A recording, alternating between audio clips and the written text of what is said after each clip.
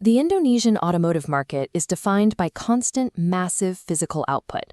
Millions of units move from manufacturers to distributors and finally to consumers. This chart displays car sales data across Southeast Asia from 2017 to 2020. The orange band represents Indonesia, which maintained the highest sales volume in the region for 3 consecutive years, averaging over 940,000 units annually before the 2020 downturn. This physical volume requires a matching financial infrastructure. Every quarter, dealerships across the country process millions of individual, high-value financial transactions. Automotive retail relies on staged capital injections, initial down payments, additional processing fees, and final cash settlements, all handed directly from the consumer to the dealership staff. When money goes missing in this environment, it is a predictable exploit of these specific, high-contact transaction workflows. The continuous, heavy flow of direct-to-consumer cash creates a macro environment that is inherently difficult to secure completely. To identify where the system fails, we have to look at the showroom floor, where the actual exchange of capital occurs. Corporate structures rely on internal controls, protocols like segregation of duties and digital ledger tracking to secure retail environments against theft. Yet, automotive sales demand direct human contact. The physical handover of cash deposits and settlement documents bypasses automated safeguards, making the risk of exploitation inseparable from daily operations. When staff redirect cash-heavy workflows for personal gain, the operational risk is categorized as asset misappropriation. Small-scale operations are highly susceptible to failure under this pressure. They often lack the manpower to maintain strict segregation of duties, allowing internal corruption to take root quickly. The necessity of human-to-human transaction creates specific vectors for theft that no retail operation, regardless of its total revenue, can entirely avoid. Securing the workflow requires identifying who targets these vulnerabilities most frequently. This chart from the ACFE Indonesia survey breaks down the positions of occupational fraud perpetrators. The yellow segment reveals that frontline employees make up the most dominant threat group at 31.8%. Contrast that with the gray segment representing directors and owners at 29.4%. Of automotive dealerships reveal 2 specific mechanical methods used to extract unrecorded cash: skimming and lapping. Skimming is a direct interception. A customer hands over a cash deposit, and the employee simply pockets it. The transaction is completely omitted from the company's accounting system. Lapping is more complex. It is an active cover-up scheme that requires continuous manipulation of the corporate ledger to hide missing funds. The process starts when an employee pockets customer A's cash settlement, creating an artificial deficit on their account. To hide this, the employee intercepts customer B's payment, misapplying it to clear A's balance. Account A is settled, but the deficit moves to customer B. This initiates an ongoing cycle of manipulation. Every new payment that enters the dealership is used to hide the previous theft, requiring constant attention to keep the accounts balanced on paper. While skimming is a blunt, one-time extraction, lapping demands ongoing management of the corporate ledger to prevent detection. Mechanical execution is only one variable.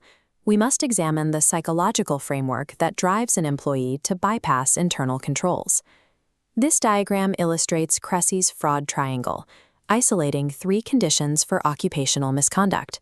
The first is pressure. Case study interviews reveal this often stems from personal financial difficulties or the demands of an extravagant lifestyle. The second condition is opportunity.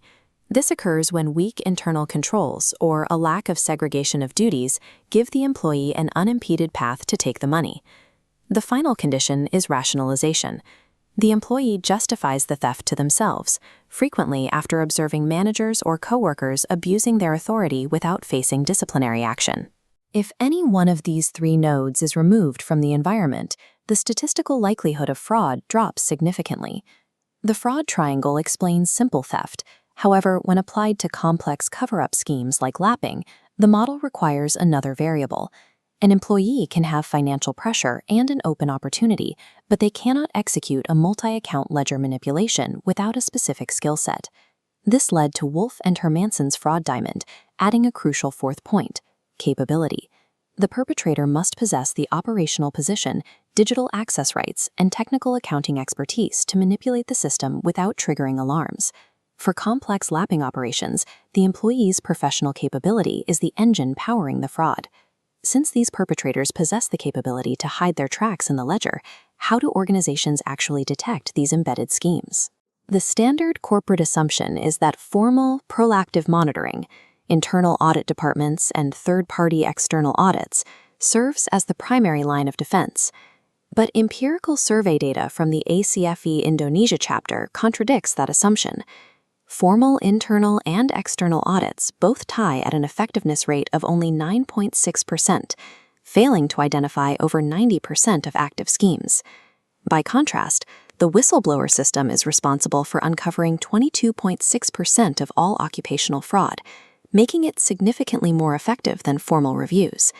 Audits evaluate the manipulated ledger, where the perpetrator's technical expertise can mask the theft. Whistleblowers, however, witness the human behavioral shifts, the stress of maintaining a lapping scheme or sudden changes in spending habits.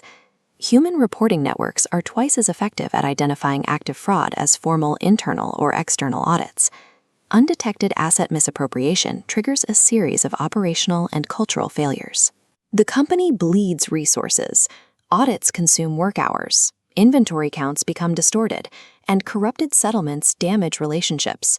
There is also a cultural degradation. When fraudulent behavior goes unpunished, high-performing staff become demotivated, normalizing unethical actions across the showroom. Employee fraud acts as an internal epidemic, eroding total productivity and the long-term sustainability of the business. To secure high-contact retail environments, management must align their defenses with the actual realities of how fraud is detected. Implementing strict segregation of duties restricts the opportunity node, but that is only a baseline defense. Organizations must directly address the capability node by outmaneuvering technical concealment tactics used by skilled employees. Because formal audits fail to catch these cover-ups in the vast majority of cases, the ultimate defense is a robust, anonymous whistleblower framework.